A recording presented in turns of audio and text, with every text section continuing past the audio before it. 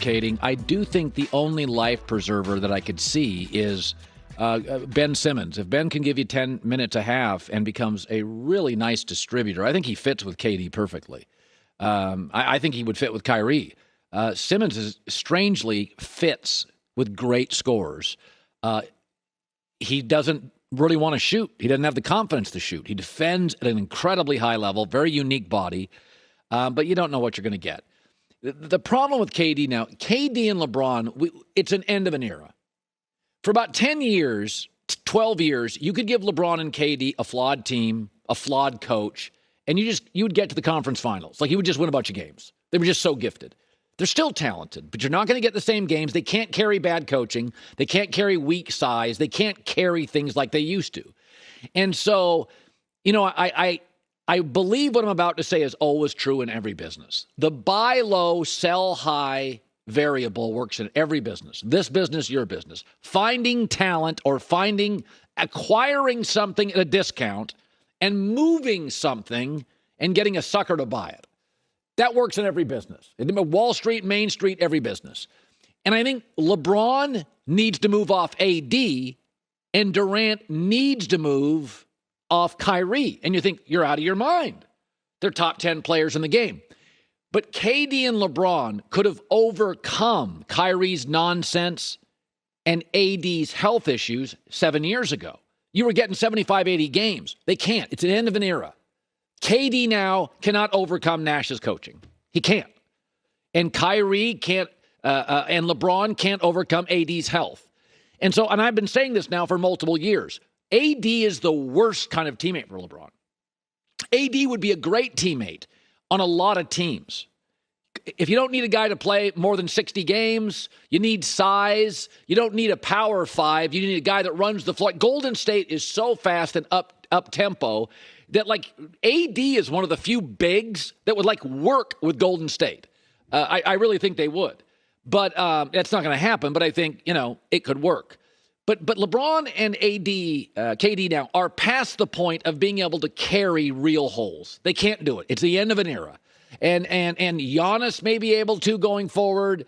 And, that we could have maybe John Morant will be able to going forward. But KD and LeBron can't. And so people that we think were great fits for them, because in our mind, LeBron and KD are so...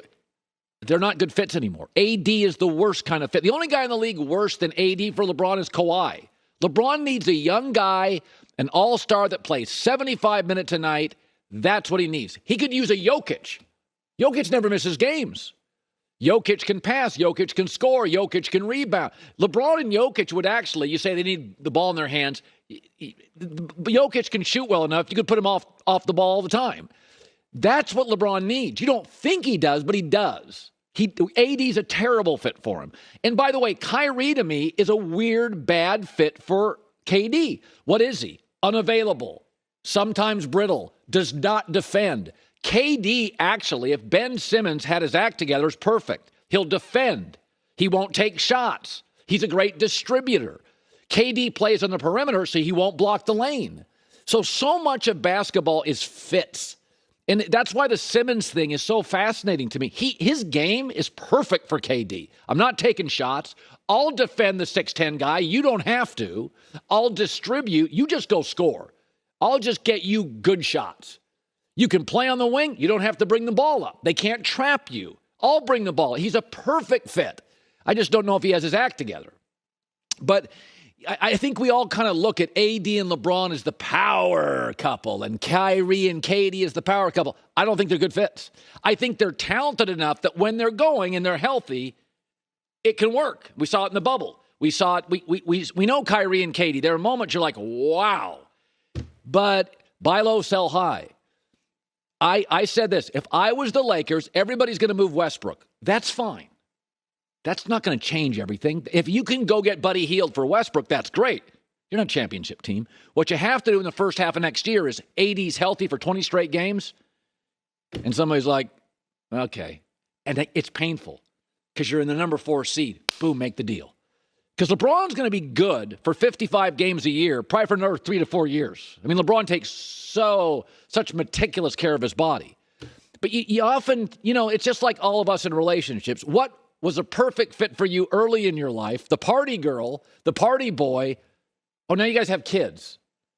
And he's not home dependably and is kind of marginally employed. And she's going to Vegas with her girlfriends again this weekend. At 28, it was perfect. At 38, it's irresponsible. At 48, we need to get attorneys. And I think KD has to upgrade over Kyrie. He's simply not physically and emotionally dependable enough. And by the way, if they get swept, this is going to land on KD. It's not going to land on Kyrie, because Kyrie we look at as kind of flaky and the world's flat.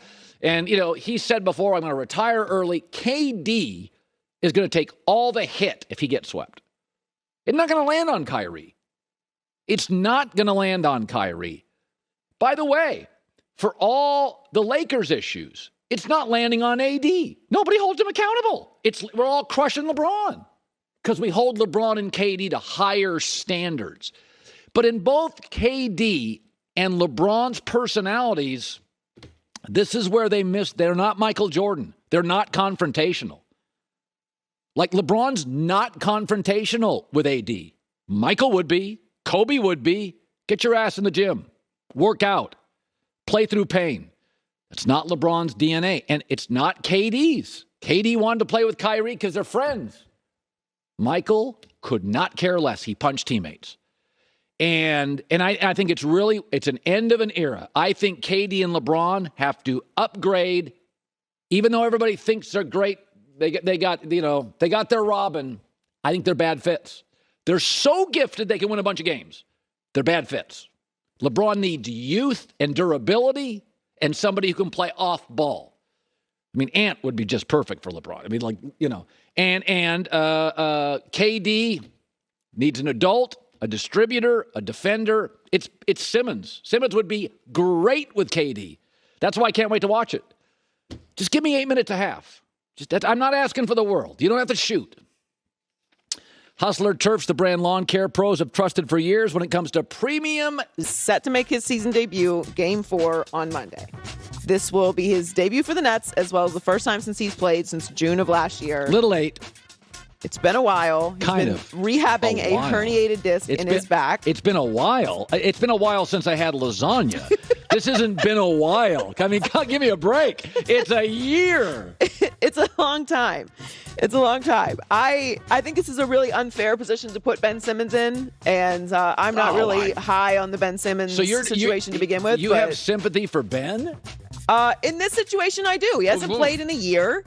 You're putting him in a desperate situation. Well, whose fault was that?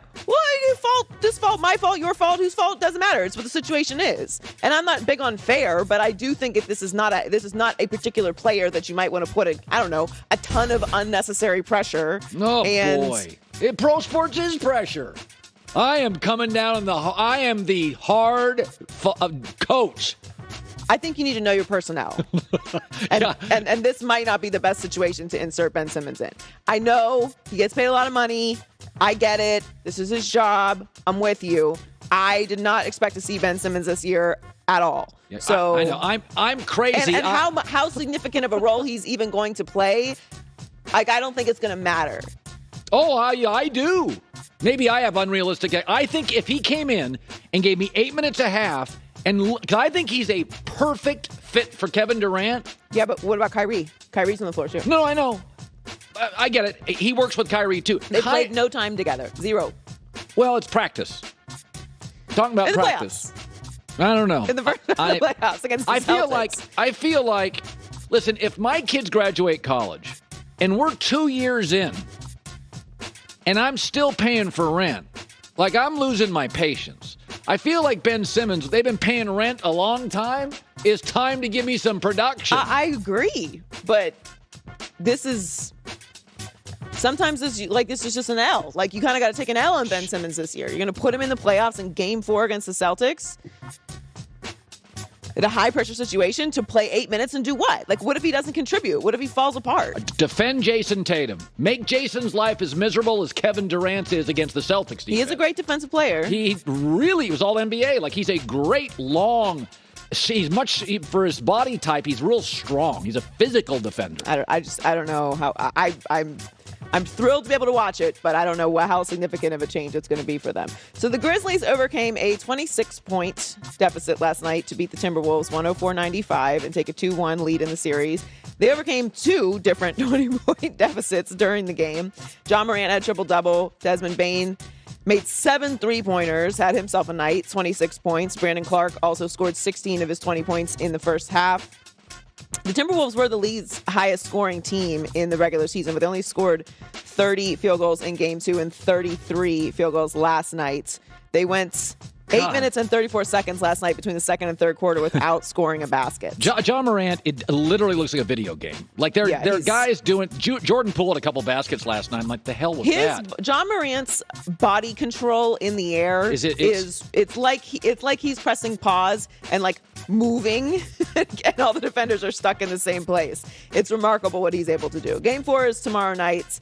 I'm with you. I just think the Grizzlies are ahead in the development process of the Timberwolves. I also don't think that they had a really good game plan last night. Doesn't feel like they kind of stopped down like, hey,